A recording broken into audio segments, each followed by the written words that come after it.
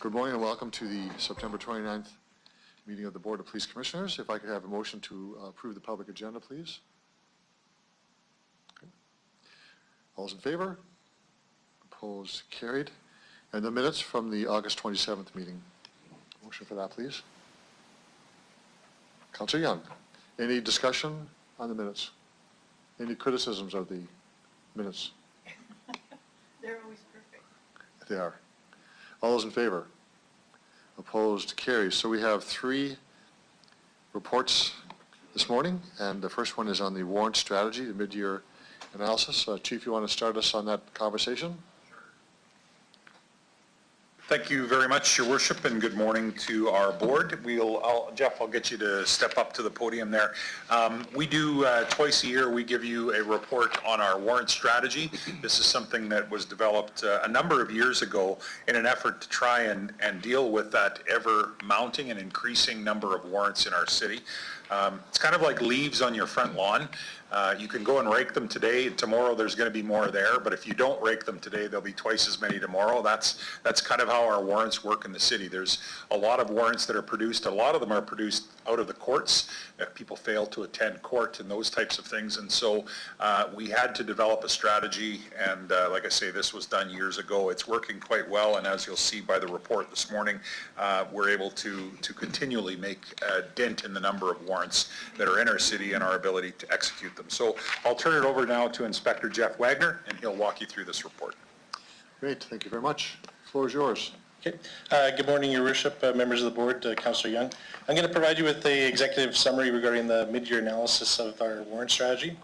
The vision of the Regina Police Service is working together to keep Regina safe. To help realize this vision, warrant strategy is in place to address current outstanding warrants and any future warrants that the Regina Police Service may receive. One of our goals of our strategic plan is to enhance community safety through effective policing. So the number of warrants added and removed is a performance indicator of this goal. The Regina Police Service, as the Chief had mentioned, we've had a warrant strategy in place for many years. The objective of this strategy is to reduce the number of outstanding warrants and wanted offenders living in our community. The strategy is as follows. As part of our tactical coordination strategy, strategic services section and the district staff sergeants investigative service division identify the most wanted offenders each week, and then these offenders are selected based on the seriousness of the offense, number of outstanding warrants, and known residency in the city of Regina. Calls for service are then generated to proactively locate and arrest these wanted offenders. When resources permit, officers who are on our light duties, assigned to our light duties, they conduct callbacks for wanted people, wanted subjects in the traffic, they're wanted for the Traffic Safety Act, city bylaw, and provincial statute categories with information regarding the status of their warrant and then solutions on how they can deal with that. Another strategy is warrants issued for offenses such as break and enter, robbery, theft of auto. They're sent to specific sections assigned to our investigative service division for follow-up. And then warrants which are over 5 years old and not classified basically as serious, that don't involve personal injury offenses, they're deemed as historical warrants. These warrants are sent over to the Crown to be evaluated and withdrawn if they deem appropriate. Outstanding warrants for persons believed to be residing outside of Regina or the Saskatchewan or the province of Saskatchewan have also been separated from the pile, so to speak, from outstanding arrest warrants for people that are wanted in the city of Regina. And then investigating officers, the investigative process following the request for a warrant has been streamlined to have the originating investigator try and locate and arrest those offenders that they've sought warrants for. So the mid-year analysis from January 1st, 2020 to June 30th, 2020 revealed the following. On January 1st, 2020, there were 3,255 people wanted on 4,246 outstanding warrants.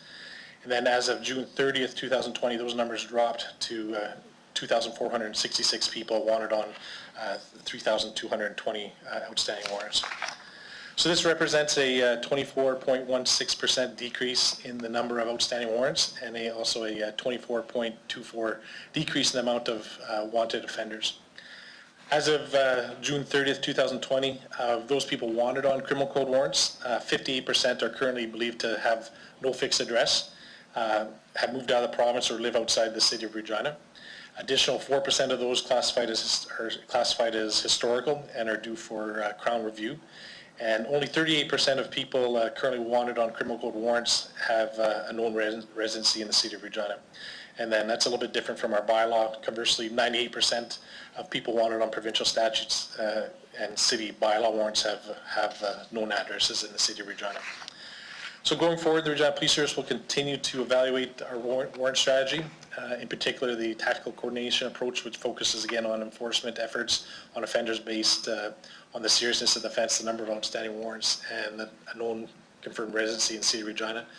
The Regina Police Service will continue to look for innovative ways to reduce the number of warrants offenders in our community that we have and achieve our goal of enhancing community safety through effective policing. Thank you. Is there any questions? Good, thank you very much for the presentation. I'll ask members of the commission if they have questions or comments. Councillor Young? Okay, thank you. A drop of 24.16% is very good, noteworthy. But as you say, the leaves keep coming back on the lawn. So how much of staff time does this take? Do you have any idea of how many hours or how many people are involved in this work? No, it's an ongoing process from different divisions, so it'd be hard to calculate, but it's an ever-going thing. And even when we're not signing warrants for people to look at, our officers are constantly interacting with the public and checking them on warrants and such. Okay. Part of the reason for the decrease, I think, is the Saskatchewan Provincial Court, they basically stayed close to 1,000 charges in relation to COVID. And then, and caution letters, so they dealt with a good portion of those warrants, or those charges that could have been transferred to be warrants later on. And then also the Ministry of Corrections and Policing, they had a decrease of warrant requests for breach-related charges as a result of COVID. So Okay. I'd like to say the numbers are going to stay that way, but we'll see what happens. Well, after COVID, it could go up, you're saying? Potentially, yeah. Yeah. So this is doing work for the court system. Do we get any compensation for that, or is that just part of the regular grant that might come from the provincial government? Yeah, I think the answer to that is that it is part of the duties and expectations of a police service to execute any warrants in the community. This strategy strives to, first of all, identify the most serious ones and disseminate that work over a large body of individuals, our patrol officers and even some of our frontline engagement that Inspector Wagner talked about.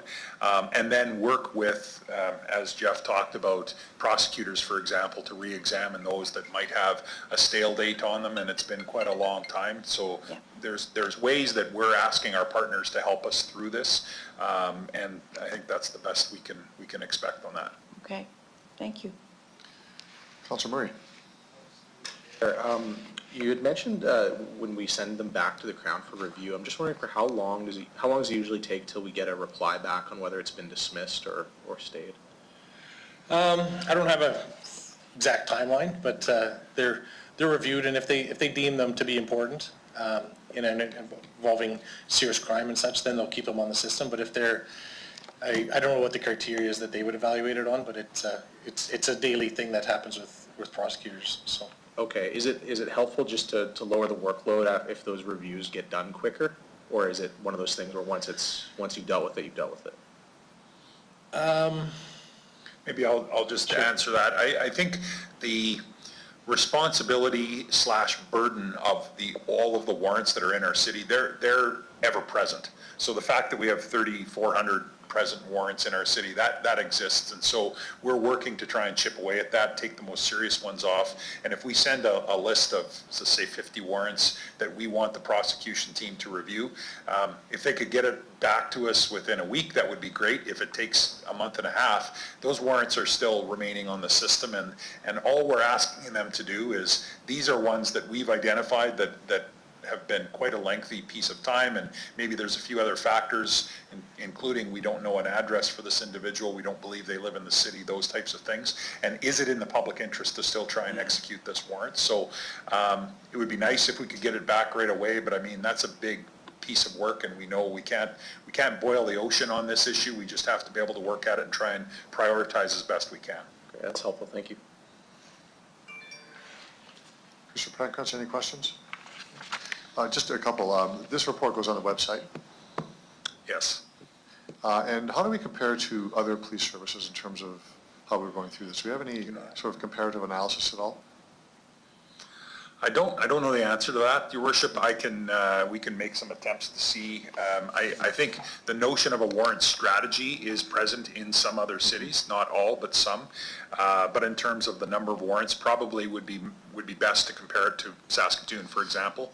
I don't want to spend a lot of time on it, just Yeah. thought if there was, this is a significant drop, and it's partly because of COVID that we're explaining it, but I know in seeing reports in the past, we're seeing a progression downwards all the time, which is very positive, of course. So I'm just wondering just how we stand with compared to other jurisdictions. Yeah. If you're comfortable with it, Your Worship, what I would propose is that we include that information in our next report. Yeah. So we do this report twice a year. We'll add what we can gather for comparative data in Sure. that. That'd be good. Good, thank you. If there's no other questions, if I could have a motion to receive and file. Councilor Murray, all those in favor?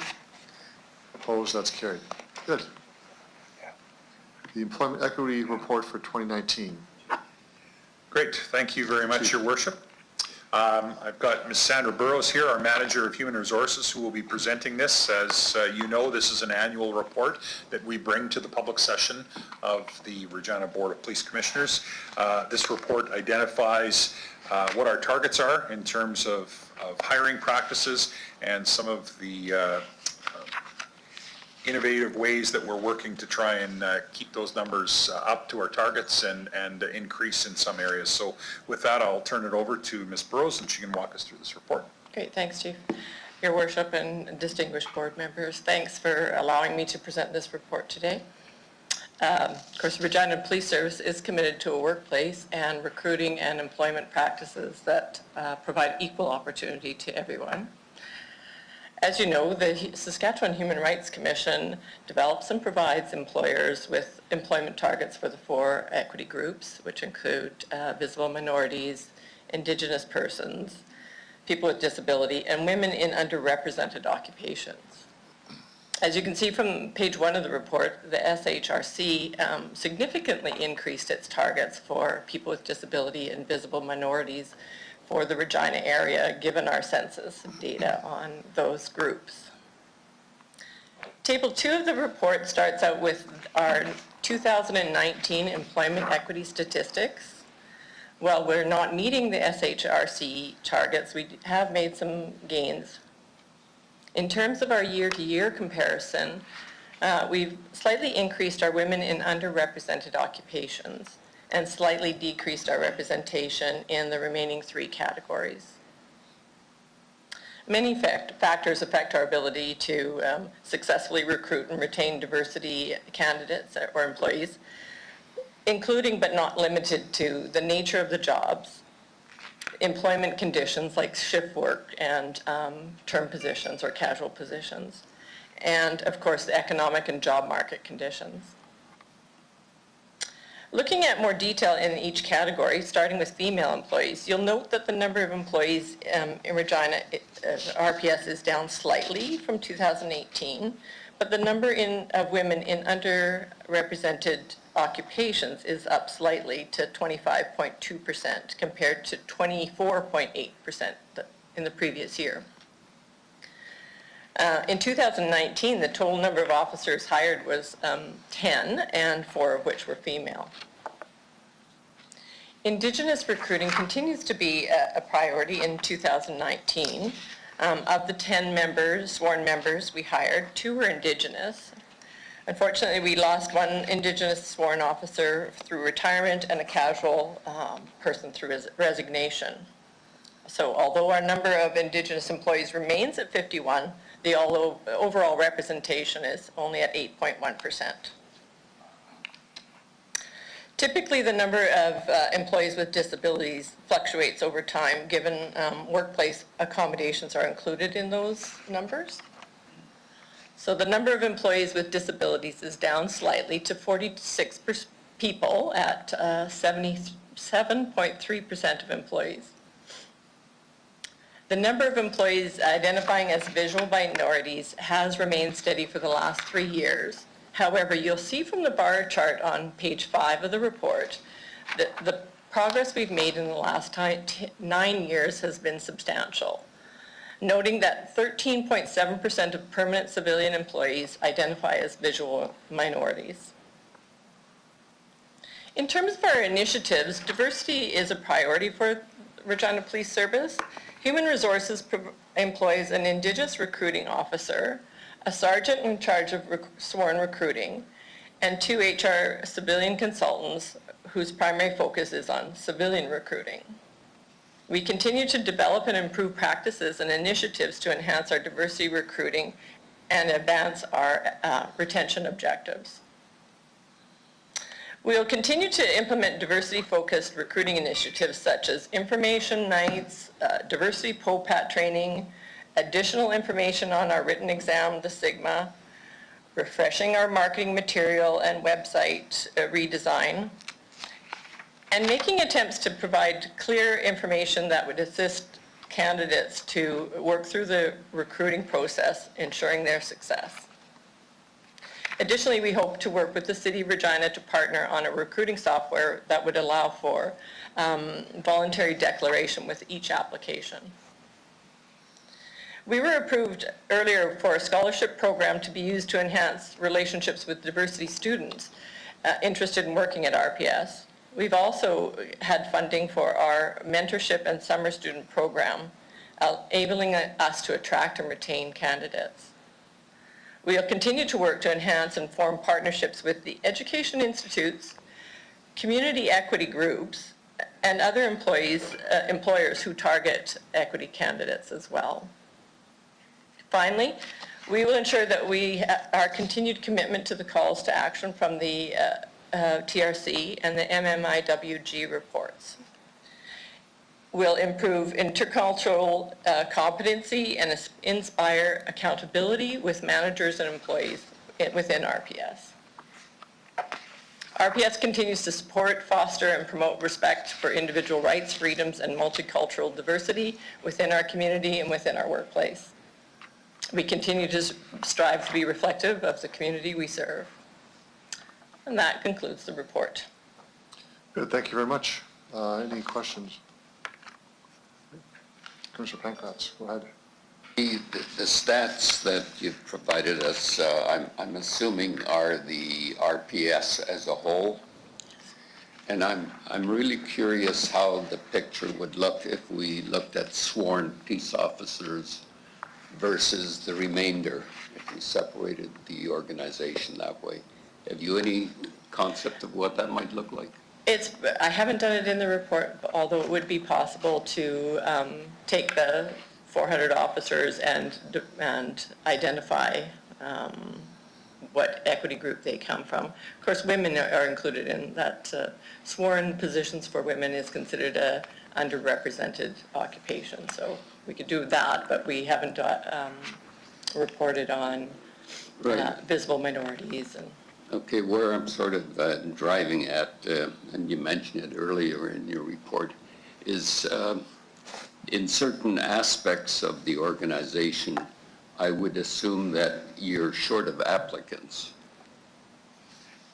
And that's the issue, Yes. not the fact that you aren't able to fulfill these quotas. Yeah. But if you don't have people applying for a certain job, it's out of your hands. And that's why I was wondering about the distinction between the sworn peace officers versus the rest of the organization. Yeah, I think that's a fair comment, Commissioner, and as you'll notice in the report, like for example, the 2019 Indigenous Workforce Analysis, it does break down on the police side, so the sworn police officer side, we're at 9.4%. On the permanent civilian with our Indigenous workforce, we're at 5.5%, and then our non-permanents there, and it averages out to 8.1%. So there is a little bit of a breakdown there, but I think that really comes down to recruiting. And recruiting is, I think, more of a verb today than it's ever been before. We understand as a police service, whether it's sworn police officers or civilian police personnel, you can't sit back and wait for someone to knock on your door. And there is a lot of work. Sandra mentioned we have 2 HR consultants that do work not just in recruiting, but working with other recruiters, SaskPower, SaskTel, reaching out to other agencies and understanding some of the challenges that are out there. And just because someone doesn't fit at SaskPower, they might be a good fit for us in our accounting area or vice versa. And so there is a lot of that work. When you hear our HR team talking more and more, recruiting is becoming an everyday activity to try and attract people and to come and work in our organization, and while doing that, making sure that those people that are being attracted are representative of our city and the diversity that we have. Thank you. You, Councillor Young. So I'm looking at 2 things that I'm wondering you use for recruiting purposes, or that could change the views of maybe young women thinking about going into police work. And the first is the student program at Scott that you're taking part in. Is it almost all young men or boys, or are there any girls enrolled? Yeah, it's refreshing to say that it is a very good mixture. It's not just young men. It is young men and women that are in high school. Of course, this year, as you know, is our first year. It's only been offered to grade 9 students, but we were able to put a class together, so there was enough interest. The other important thing to note is they aren't all from one area of the city. It is attracting students from other parts of the city to come to Scott Collegiate for this specific class. And although we're only a couple of weeks into the school year, the reports have been really, really positive in terms of how it's being received. And I think it's already garnering some attention from other students, and we'll be able to see that enrollment increase over the next year or 2. So that's a good spot to be looking for young women, for instance, who might want to go into police work, not just the civilian side. Right. I think that's the whole thinking behind it, is you're not only going to develop students who get the required education they need, but you're building young leaders with a bit of an understanding and focus on policing and community safety. And even if they don't choose policing, that can't help but that can't be nothing but positive for our community, but we are hopeful that it will benefit us in terms of recruiting for sure. Okay, and then the other one was school resource officers. I don't even know if they're on duty now with COVID. Yes, they are. Yeah, okay. they are. Have you ever thought of having an event or something that's part of their job is to speak to young women in high schools and talk about the Scott program, but also talk about and bring women police officers to talk to them?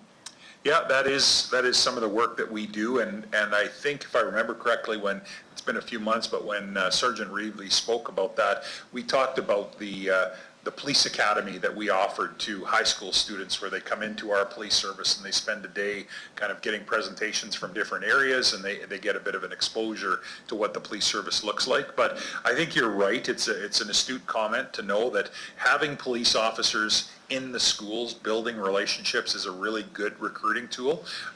In fact, you look at most police officers that are from the city of Regina, that are current police officers, they'll be able to tell you very quickly who their school resource officers were, because that connection is oftentimes their entry into their interest in policing. And so it is something that we work on and look for ways that we can do it. We've had leadership groups, we've had more specialized education sessions for high school students as well, and even in some cases even into the elementary schools, talking about what we do and kind of promoting that work. So we're always looking for new and innovative ways to use our school resource officers, and it's nice when we can use them in a proactive fashion. As we've reported to you before, our school resource officers more and more are being brought into situations where they're investigating something that involves a lockdown of a school or securing the building while a threat outside the school is being dealt with. So it's nice when we can be proactive and helping students see the positive side of policing. So how many of the school resource officers are women? Orly, you know? I'd say close to half, like just. Okay, good, Good, good, good. okay. And then the other thing is you've been having conversations with Black Lives Matter leaders, and you also have conversations with elders, with Indigenous elders. So are those two places where you can speak about that? Yeah, those are both really good examples of conversations that we're having. In fact, a meeting was held just last week. Deputy Chief Dean Ray, Ms. Sandra Burrows, and Superintendent Laura Lee Davies were present for another meeting with Black in Sask, and that's our representatives from our Black community. And I think it was to me one of the positive things that came out of our first and then our subsequent meeting was there was a real desire to see themselves in our police service. They were wanting us to focus on recruiting and finding ways to, in using their terms, they wanted to see more Black community members wearing a police uniform or working within the police service. We have a young officer right now in police college who's born and raised in Uganda and is going through the Saskatchewan Police College right now and will be a police officer with our police service. And so I think it's important to know that we have to find ways to do outreach. There's an appetite in the community for us to bring different diverse communities into our police service, and in doing so, that increases the likelihood of further recruiting to happen. Having an officer who's wearing the uniform, graduated from police college, and able to talk with other friends and colleagues of his in the community who are from the Black community only helps us when it comes to further recruiting efforts. So that is a big part of the discussion we had, and I think it was a real positive thing that in our meeting with the Black community, and I don't want to get off topic, but it wasn't around frustrations with police brutality and accountability. It was things like we want to be more engaged in dialogue to help develop policy, and we would like to see more of our community recruited and working in your police service. Well, that's a pretty positive thing. Right, and then just one last comment.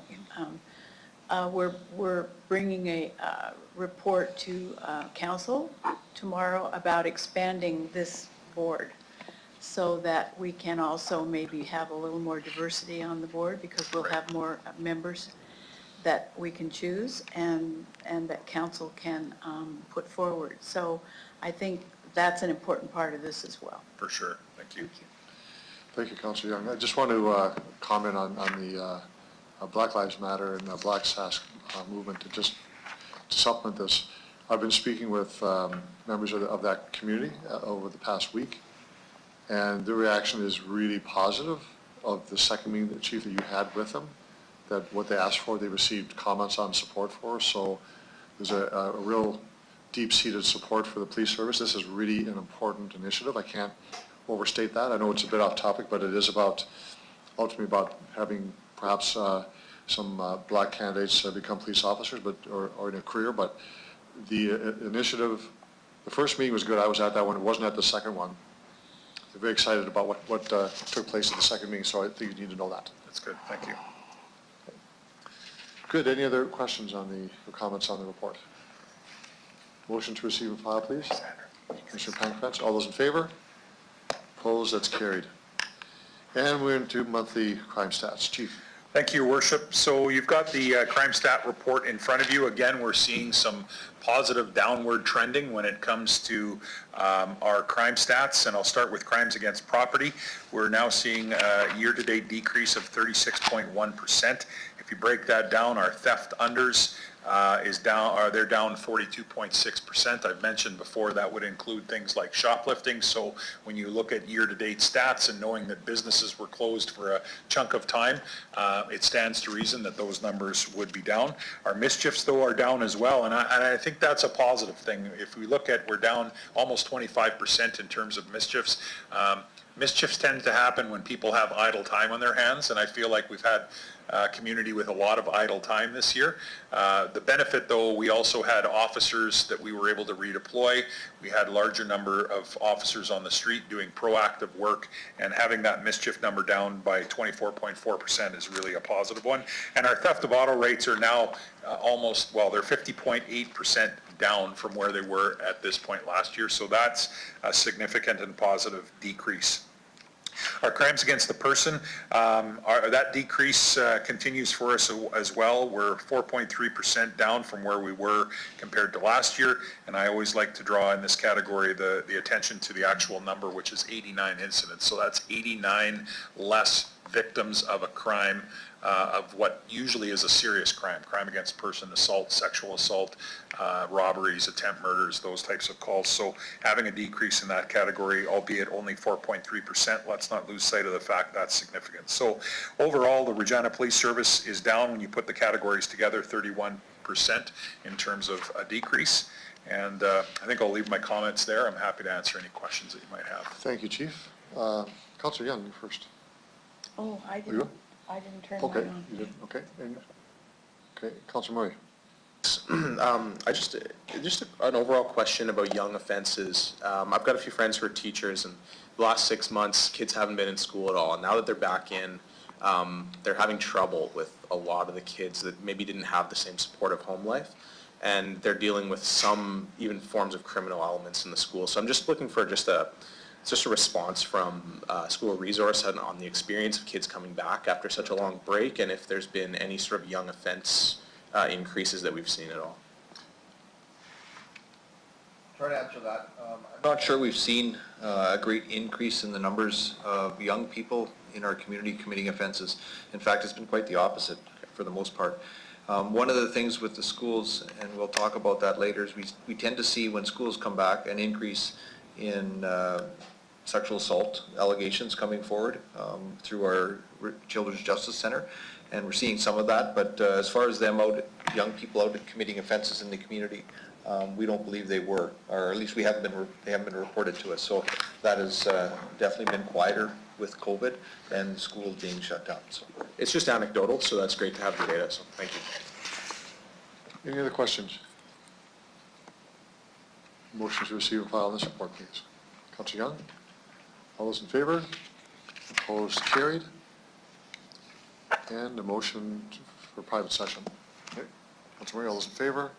Opposed, carried. Okay. Thanks, everyone.